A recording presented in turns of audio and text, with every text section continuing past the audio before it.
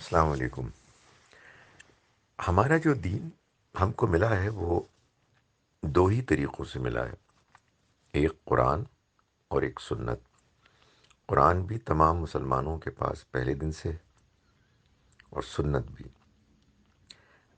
عقیقہ ایک طریقہ تھا جو اللہ کے پیغام کے آنے سے پہلے سے جاری تھا اہل عرب میں، بچے کی پیدائش پر ایک شکرانے کے طور پر ایک قربانی ہوتی تھی۔ نبی صلی اللہ علیہ وسلم نے جہاں تک ہمیں بات سمجھ میں آئی ہے، نہ اس کو کرنے سے روکا اور نہ اس کو دین کا حصہ بنایا، یعنی اس کو سنت طریقے سے مسلمانوں میں دین کی حیثیت سے رائج نہیں کیا۔